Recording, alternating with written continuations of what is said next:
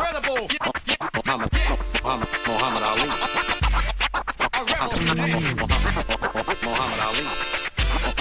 Muhammad Ali. As a kid in Louisville, Cassius Clay was smitten with the fight game. As an adult, in front of the world, Muhammad Ali mastered it. His larger-than-life personality outside the ring blurred the simple truth that Ali was one of the best fighters who ever lived. Part artist or warrior, he performed with a guile and grace never quite seen in a heavyweight before or since.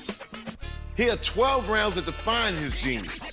12 blasts of Ali the boxer, and by extension, Ali the man.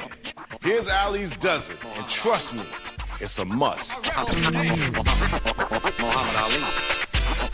Muhammad Ali. First up in Ali's dozen, the 1960 Rome Olympics. In his last round as an amateur, Muhammad Ali, then still known as Cassius Clay, took to the international stage and put on a show. Here's a first-hand account from Ali's Olympic teammate, one of more than a dozen eyewitnesses who described these defining rounds and what it was like to witness history.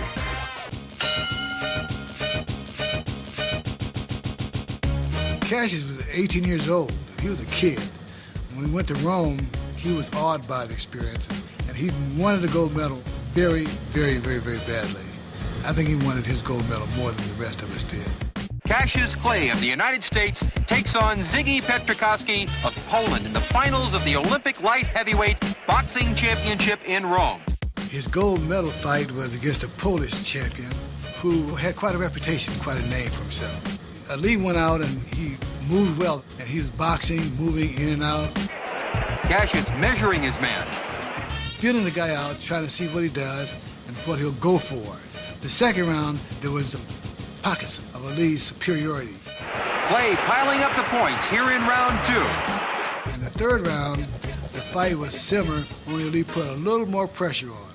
Clay looking very fresh here at the start of the third and final round. Ali threw more punches, and more punches in bunches, as he would say.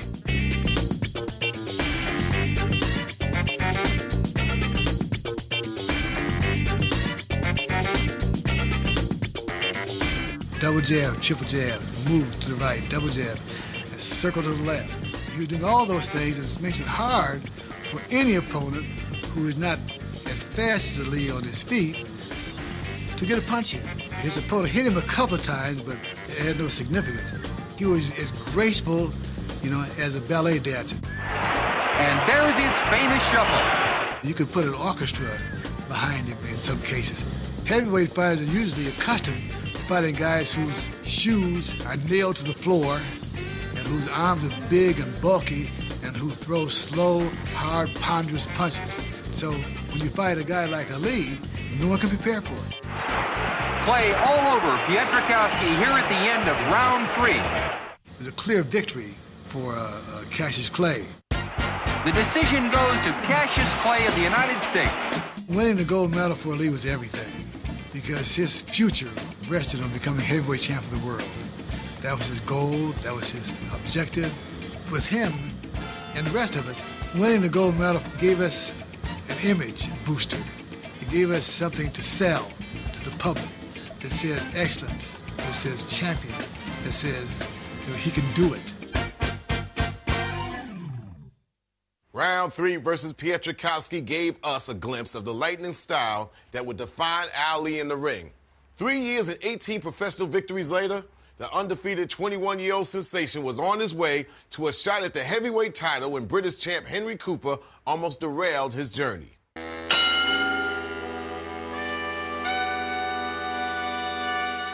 I knew Ali was what we call in a boxing game a loudmouth. He loved to talk.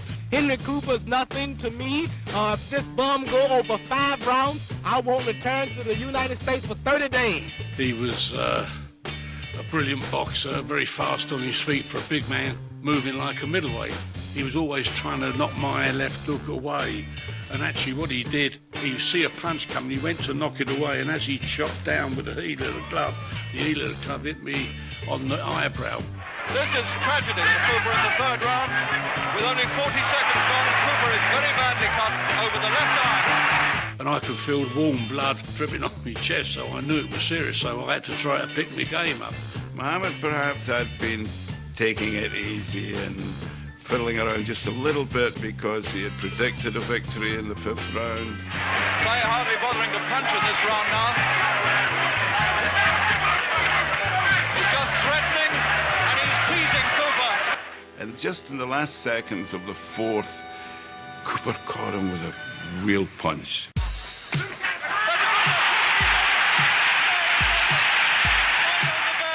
The bell has sounded and he's up at about 3, Clay.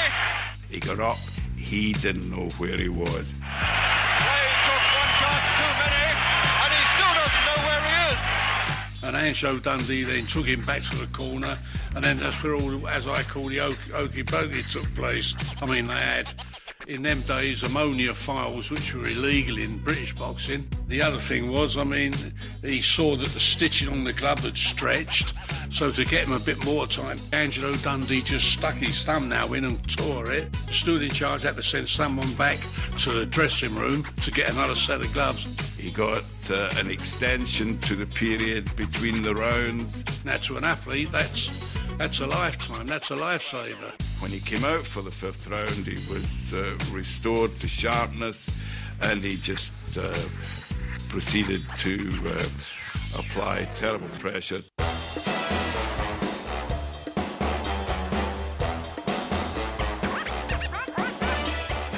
Knocking him down like that and shaking him like that was it was a wake-up sign, you know, because he'd been showboating a little bit up to then. He was all business, and he just made a job of Cooper. There was never the remotest doubt about the outcome from the moment the bell rang for the 5th. Henry is dripping blood. And I think Tommy Little will have to stop this because Cooper's eye is really in an absolutely appalling state. It was clear that the fight couldn't last, and it was truly stopped. Foul has come in from Cooper's corner and Tommy Little looking at it. Ali always paid me a great compliment because he always said that left hook I had him when he said Cooper hit me so hard he didn't only shake me, he shook my relations in Africa.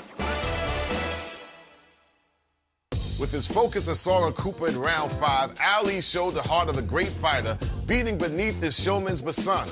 With that victory, the young man from Louisville was assured of a title shot.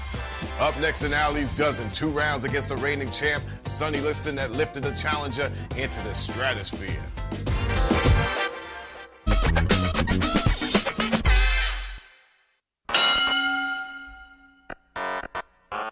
The Liston fight, they thought I was leading my guy to the slaughter. You know, they were trying to tell me this guy's the meanest, the toughest. I knew he was. Once Liston got a hold of you, forget about it. They didn't give his kid a shot. They figured Liston was going to break him in half. I look for Liston to win in 3 rounds. Could be 1, perhaps 2. Liston, obviously, to win the fight. I'm not quite sure that anything human can hurt Sonny Liston. But they didn't realize this kid was a great Olympic fighter. This kid had so much going for him, talent-wise. Liston, to me, was the best guy out there. But he got bothered by certain individuals. I did a lot of homework on the guy, and I knew my kid wouldn't be influenced with the guy. He felt like he was going to a party or a picnic. Cassius, can I ask you how you're feeling now at this point of your training? I'm feeling great. I'm ready to go to war right now. Well, when you say you're ready to go to war right now... I see that bear on the street, I'll beat him before the fight. You'd actually take him on before the fight? Beat him like I'm his daddy. In this profession, it's very simple. It's always a guy out there that can lick the other guy.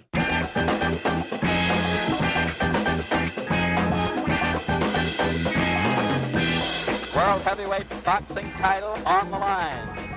When we got in the middle of the ring, I told Muhammad to stand tall.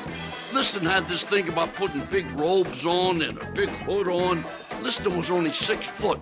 My kid was 6'2", and the way he stood up tall, he looked like he was 6'9" compared to Liston. He looked so much bigger and stronger. Muhammad, when he fought Sonny Liston, went out and showed the guy right away. He nailed him with a big 1-2 and started sticking him.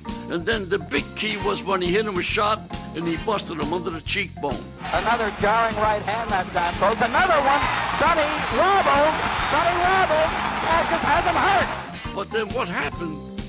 He got something in his eye, my guy. He's blinking badly. came back to the corner, and he said, Angelo, cut the gloves off. I want to prove to the worker, dirty worker foot. I want to prove to the world. I said, baloney, sit down. I washed his eyes out, cleaned them out, wiped them clean. The referee was coming towards me, and what I did, I made him stand up because the referee was going to go there, and my guy shaking his head. I was scared they're going to stop the fight.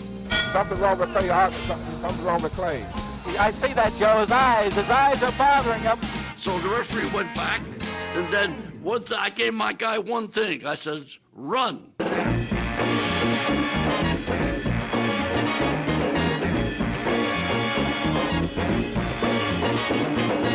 Liston did a horrible job on him. He was banging him out with real good body shots. It looked real bad. Sonny's going to try to pull it off. Muhammad worked as hard as he talked. He was a tremendously conditioned athlete. That's why he was able to take all those body shots from Liston and didn't fold. Well, after that round, his eyes started clearing up, thank God, the tear ducts, and then he did a number on the guy. Round number 6. Cassius Clay still with the faster hand.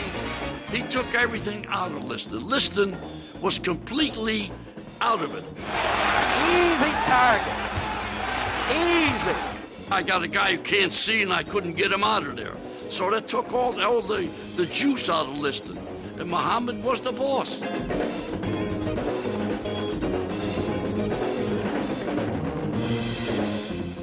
Well, after that round, the ending came because in the corner, his shoulder was hurting, the cut was there. You know, they were trying a million things. Well, I think Sonny is beginning to worry now. At least his corner is beginning to worry now. I think Liston didn't want to go back in there because he felt he was going to get knocked out. They might be stopping it. That might be all, ladies and gentlemen. The fight got stopped, and then Muhammad was the first guy that saw it, and he got up and he gave that victory. Bedlam busting out here. Great, I don't have a mark on my face, and I upset Sonny Liston, and I just turned 22 years old. I must be the greatest. I said, man, we're home free, heavyweight champion.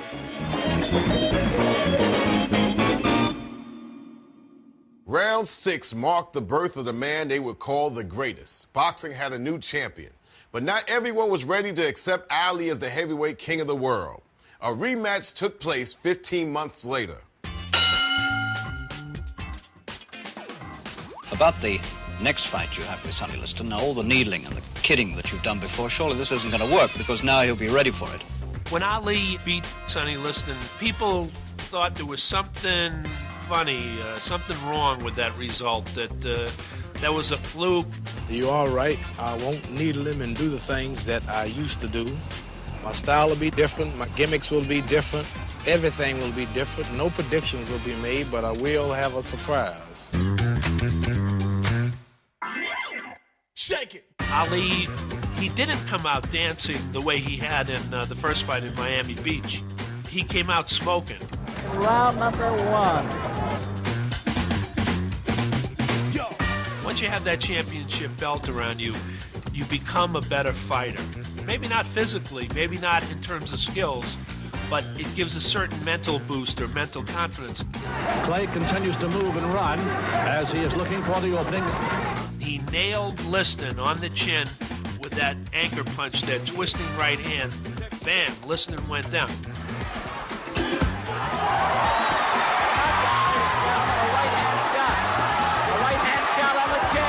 Ali is standing over Liston. Liston's prone, and Ali says, "Get up, you big bum, get up."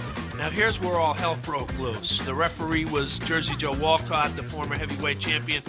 Either he and the timekeeper both screwed up or Walcott screwed up. He lost track of the count. Walcott never did start a count. There's nothing but confusion here. He's going over the judges now. Clay on top of Liston. Nat Fleischer, the editor of the Ring magazine, he stood up, he waved his arms, and he said the fight is over. And that was it. The timekeeper counted out Liston in 1 minute of the first round. The winner by a knockout, Muhammad Ali. Turns out the next day that everyone called it a fixed fight. They charged that Liston threw the fight, that Liston didn't try. I was there, and I believe my eyes. The so-called anchor punch, any heavyweight in the world would have been knocked down by that right hand. That's all. Twist. and you can't see it, but if you were hit with it, all of you'll be out. On that particular night, he looked unbeatable against Sonny Liston. Yeah, the knockout was screwed up by the referee, Joe Walcott, but he showed that he could punch and he could knock a guy down and score a knockout with one shot. Muhammad Ali put an exclamation point on top of his great performance when he won the title in Miami Beach by completely dominating Sonny Liston. He made a statement on that night in St. Dominic's Arena in Lewiston, Maine, and the statement was, "I am the greatest." Up next in...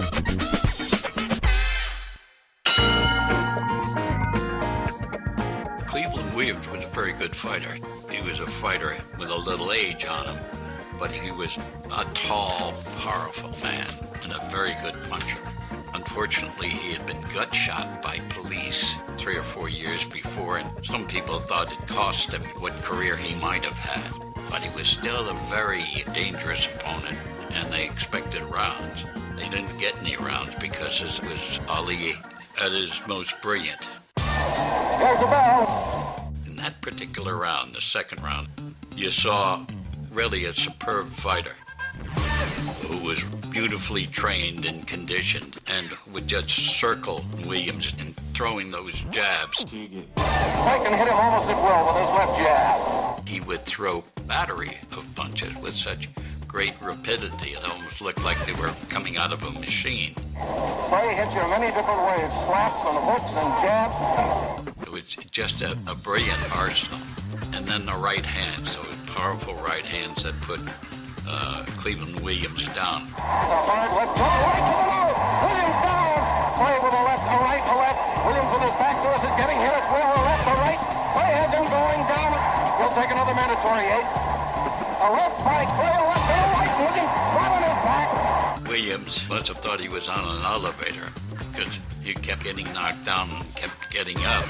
He went down 3 times and he just beat the bell for the third one. He had taken a pounding. Round 3 is really anticlimactic. Ali hits him again, I believe with the right hand, and drops him.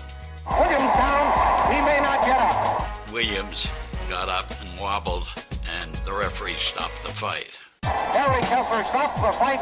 The winner by a technical knockout and still heavyweight champion of the world, Cassius Clay. The second round was really an example for history. What it did was revealed all the facets of his ability to move, his ability to punch, the great footwork, the Ali shuffle.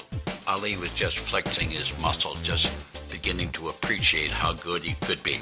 It was a signature piece by Ali, certainly a signature round. Having displayed his punching power in round 2 versus Williams, Ali made a different statement 3 months later against Ernie Terrell, who in the run-up to the match refused to refer to Ali by any name other than Cassius Clay. I am surrounded at the moment by 2 massive men. The gentleman to my left has just told me that he is the only man in the world that Muhammad Ali is afraid of. You continue to be unafraid of us. Yeah, I'd like to say something right here. You know, Cassius Clay, yes. Why do you want to say Cassius Clay when Howard Cosell and everybody is calling you Muhammad Ali? Now, why you got to be the one of all people whose color to keep saying Cassius Clay? I said, when I met you, that's what you told me your name was. You said your name was Cassius Clay. I ain't told you nothing. My name is Muhammad Ali, and you will announce it right there in the center of that ring after the fight if you don't do it now. Acting just like an old Uncle Tom. Another Floyd Patterson. I'm going to punish you.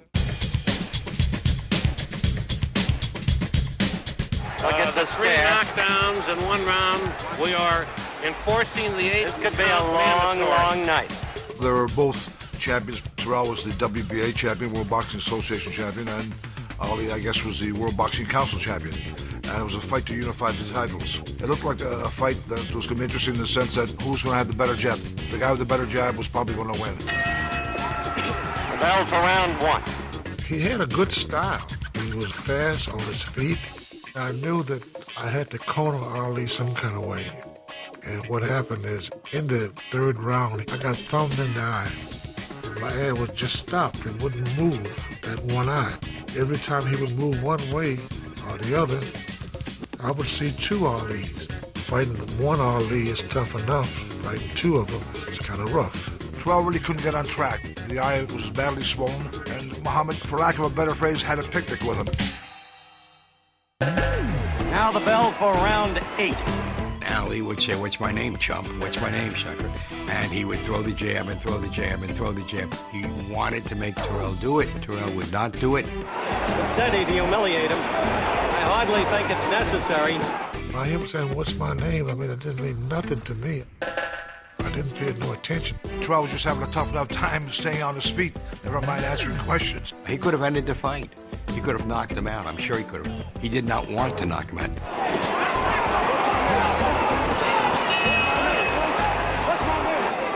Terrell wouldn't answer.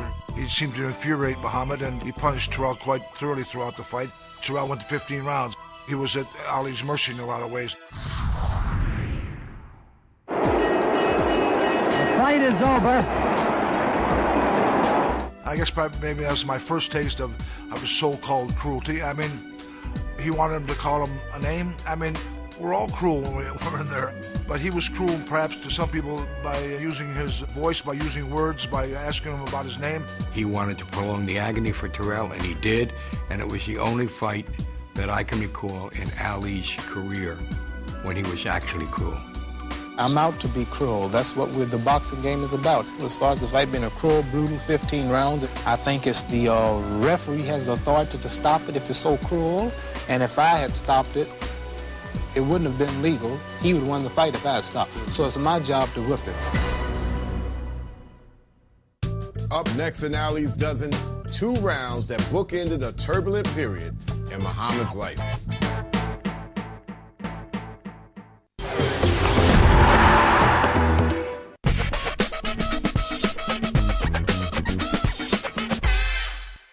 We continue our look at 12 rounds that define Muhammad Ali as described by the opponents he faced and the eyewitnesses who watched him make history in the ring. In 1966, with America sinking ever deeper into the Vietnam War, Ali's military draft status was reclassified to make him eligible for induction. With the powerful Nation of Islam at his back, Ali dropped a bomb by proclaiming, "I ain't got no quarrel with them Viet Cong."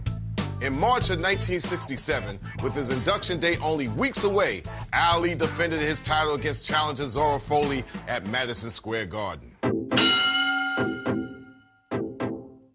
At the time, Ali was defiant. Ali refused induction into the service.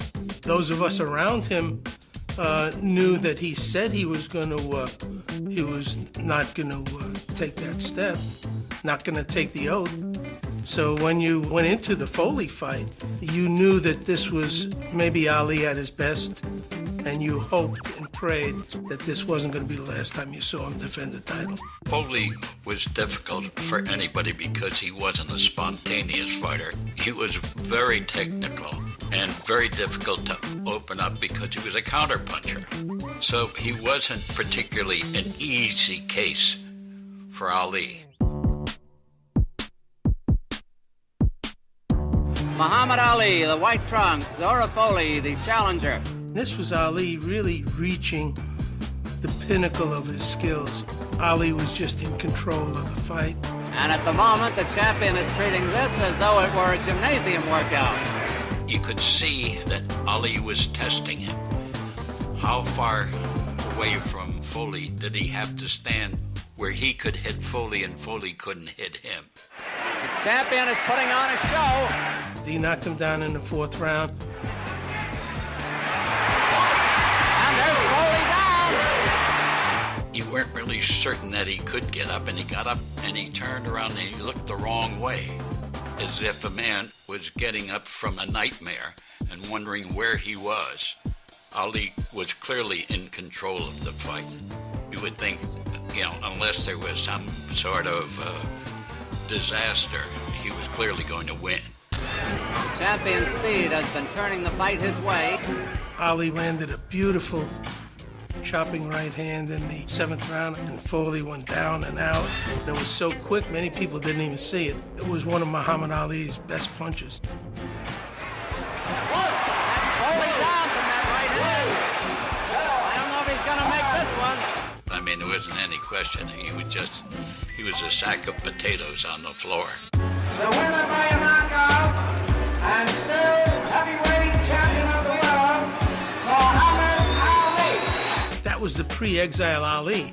That was Ali maybe at one of his finest hours. The 7th round was his swan song in a sense. It was his salute to the boxing game. There was a sense that they were about to drop the curtain on him, that this great showman was about to leave the stage. In April of 1967, just 37 days after defeating Foley, Ali stood behind his words and refused to report for military duty. He was convicted of draft evasion, stripped of his title, and shut out of boxing for 3 years, 7 months, and 4 days. When Ali returned to the ring in October 1970, the whole world watched. That night in Atlanta was the wildest fight scene, sports scene of all time. There was America's black mafia, America's black intellectual elite. Everybody that mattered in black America was in Atlanta for that fight. It was the rebirth of their king. Here was a guy who consistently gave voice to a great sense of self that black America hadn't been able to express. And now he was back on the stage that he had built, and it was a celebration. Clay, I feel, has been messed around, and now is a chance to prove himself. As an American, I love freedom for everybody, and this will free Muhammad. He'd been gone for 43 months. He'd lost 20, 30 pounds in 6 weeks to get ready for the fight. There are a great many question marks in this fight. Clay is certainly not in there against an easy opponent. Clay starting off very fast, using good combination. He was still quick, he was still strong. He was fighting the #1 challenger in the world and made it look like a mismatch.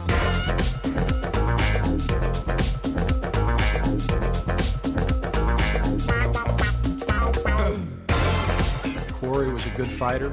He could move, had good hand speed. Didn't make any difference. Ali hit Corey anytime he wanted to. That left jab is finding its mark. To the naked eye, to the layman's eye, you could tell no difference. Still had the good hand speed, still moved. I didn't think he'd lost anything.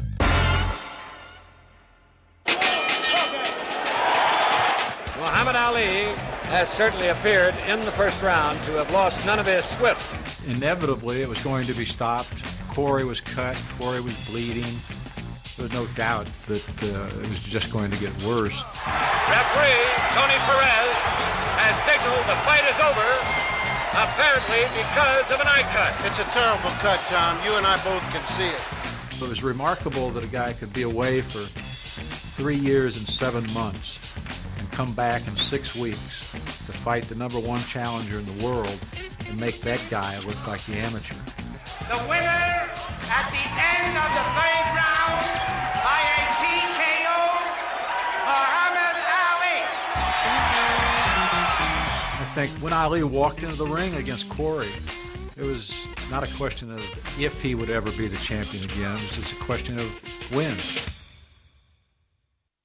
Up next in Ali's Dozen, the greatest goals against Joe Frazier and George Foreman.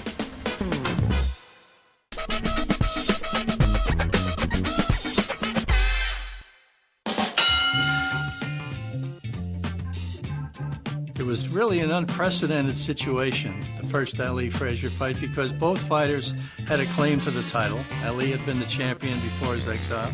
Frazier was now the champion. And each fighter was undefeated. I mean, you're never going to get that situation again. Hundreds of millions are seeing this bout around the world, a packed house at Madison Square Garden. Boxing was one of the big, really big sports in America at that time. You looked around and there was Frank Sinatra taking pictures for Life magazine. All the mob people, the politicians, the black leaders, everybody was there. Celebrities, actors. Nobody came just to see a fight. They came to see their guy. The fight was very even. Joe was swinging away, and Ali was jabbing him and acting cute and all that. Ali shook his head as though to say it didn't hurt, but it must have. Then the fight got pretty serious. Then they really started to go at each other. They really started to count. It really meant something.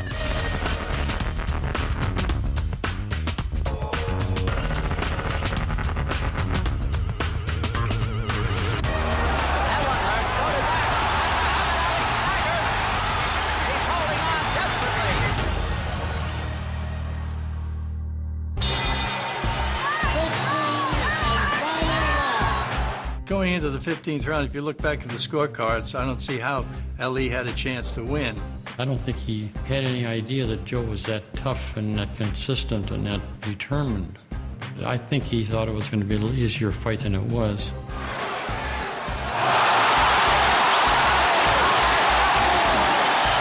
His whole body had crashed into the canvas.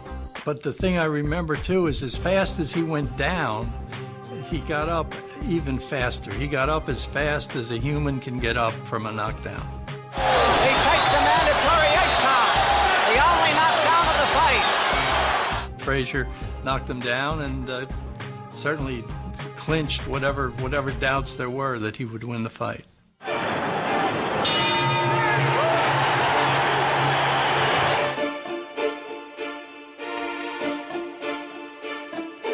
When the fight ended, Ali didn't even wait for the decision. He knew he had lost. His jaw was out like a grapefruit.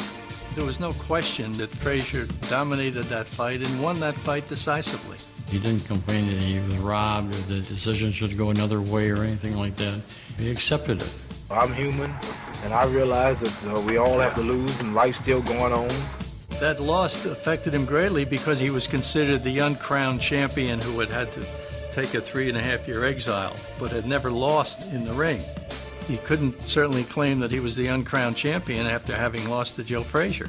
So it was he knew there was a long road back before he would get a shot at the title. The knockdown in the 15th sealed Ali's first loss in 32 pro fights. 3 years would pass before Ali got another shot at the title taken from him in 1967. At age 32, he traveled to Kinshasa, Zaire, to meet heavyweight champ George Foreman.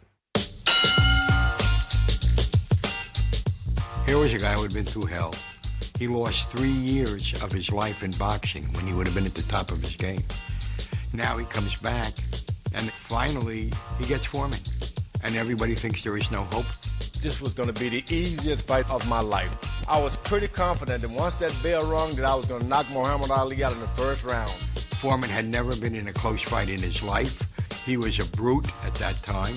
He was a guy who could cut the ring off where the boxer would have nowhere to go, nowhere to hide, nowhere to run.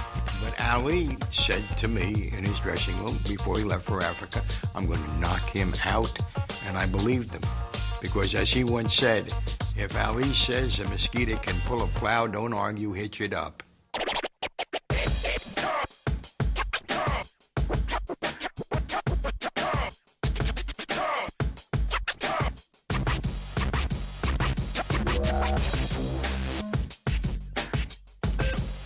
Well, first of all, everybody has all of this stuff about the rope-a-dope.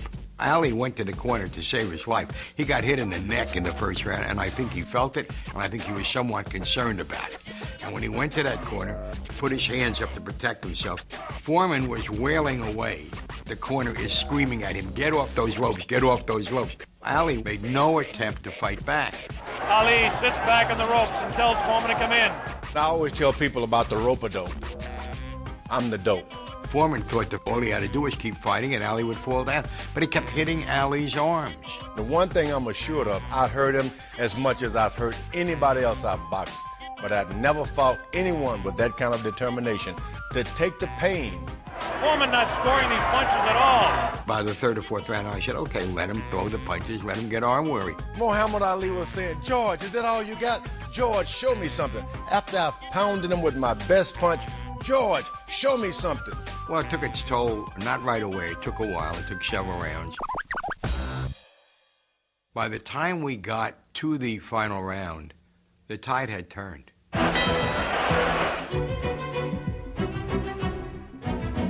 To me, when the bell rang for the final round, it was preordained. I mean, I was positive Ali was going to win. I knew he had to knock him out to do it, but I was positive he was going to do it. Foreman had no confidence by then, had no stamina by then. Foreman looking to deliver the real heavy blows. Now he's bouncing better. Almost falls out of the ring. And then when Ali threw that little sneaky short right hand. 1-2. The quickest right hand I'd ever been punched with. It knocked me down. Ali, a sneaky right hand. This time he works over the shoulder of Foreman.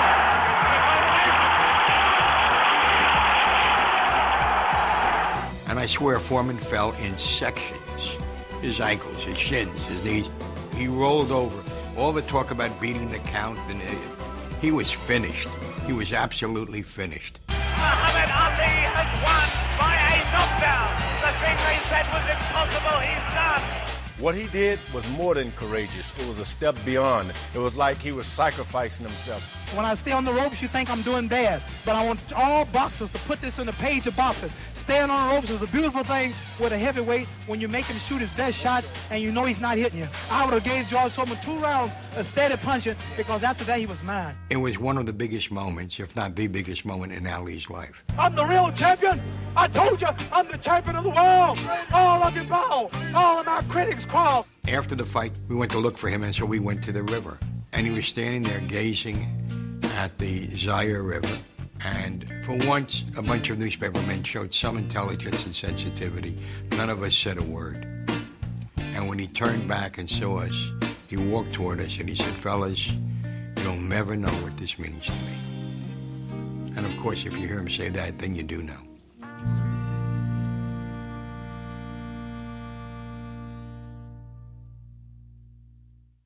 With brilliant style and strategy, Ali regained the heavyweight title after 7 years out in the cold. Up next, the final 2 rounds in Ali's dozen, including a classic from Act 3 of the Ali Frazier Blood Trilogy.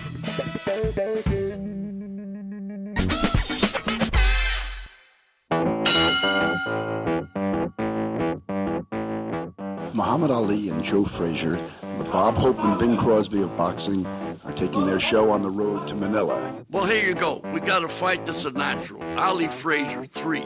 Now, these guys were meant for each other.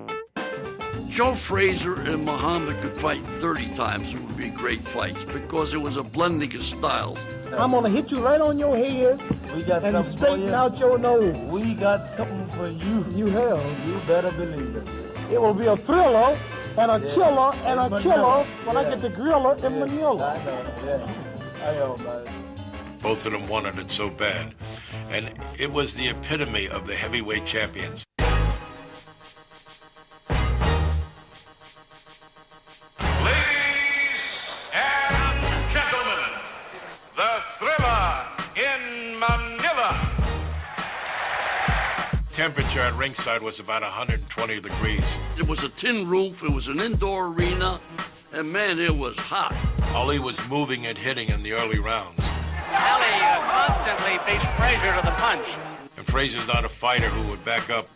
Been a one-sided fight so far. Joe Frazier was a great fighter. He kept pressure on you all the time. He was able to take punishment.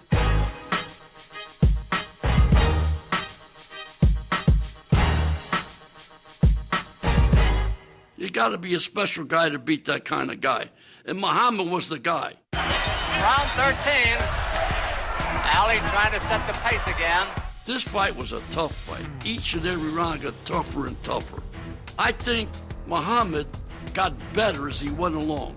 Ali ready to open up with those combinations. When Muhammad hit in that shot, he knocked his mouthpiece flying. I think this was the key. Big round for Ali. Oh, the punches that Joe Frazier took, nobody could have took. Joe Frazier was a great fighter. And he tried, but my guy overwhelmed him. Frazier looks awful tired. His puffed around both eyes now. He had a way of reaching down and picking something up out of his trick bag to go on and be victorious. I would think that Ali has regained the command of the fight. That's very true. This has been Joe's downfall. If Joe cannot match hand speed with him. Anyway, we're coming up to round 14. Frazier couldn't even see after the 13th round. He couldn't see anybody. He was fighting on instinct. Frazier's hurt. Frazier's badly really hurt. My guy was hitting with all kinds of shots, and you can only take but so much. The doctor comes up and looks at Frazier. I looked up and Eddie Futch stopped the fight. I think it's going to be over. It's all over. Ali told the press after the fight, he said, this was hell. This is the closest I've been to death. You know, I don't know if he could have went on another round. Both guys were taking tremendous shots. That fight was a fight for survival. It meant everything to him. He cleaned his chart. He beat Frazier now twice. Frazier won one. You know, Casamata said to be a great fighter, you got to come from within. You got to want it. This is what Ali showed him in that fight. In round 13, Ali summoned what many believe was his last great surge as a boxer and took control over his nemesis. But 2 years later, in the final round of Ali's dozen, the 35-year-old icon would again dig deep in a battle with power puncher Ernie Shavers.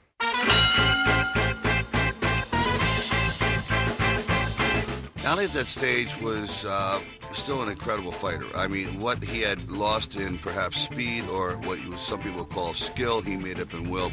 He may not have been at his very best. He was still 10 times better than everyone else. He still had very fast combinations. He talked very well, and he knew how to psych you out. This will be no contest. After first round, it'll be obvious that I have a sucker. This man is not in my class. Ernie Shavers was this bulldozer of a man because at that time Shavers was knocking down everything in his way. It was like a 98% knockout record. It was extraordinary. They thought, okay, this is going to be a real interesting test. A lot of people wanted to see how much Ali could actually take. When Ali came out, he was sticking in the first round. Shavers was in great shape, coming at him, very, very powerful. The second round, I had him in trouble. That one was a bit of a shake-up. Ali got demolished with a right hand that nearly decapitated him. My reaction is, I hope I'm in a good position to catch his head because I know it's going to land in my lap. That's how hard he was hit. Well, at first I thought he was out of it, but then Ali kept waving me in, so I figured, well, this guy probably caught me, trying to psych me in. But he really was hurt at that time, but I thought he was just faking. Oh, yes, he's doing the wobbly legs bit now. I should have went in. I put pressure on him, I probably would have knocked him out. He was definitely playing mind game, and it worked. After the second round, Ali was on a dream street. As a matter of fact, he confided in me years later. He says, I had no idea where I was from the second round to the 15th. And it looked that. But he was on automatic pilot, and that was good enough. This is a journey. The 15th and final round. Well, at that point, my corner had told me, don't try to knock him out.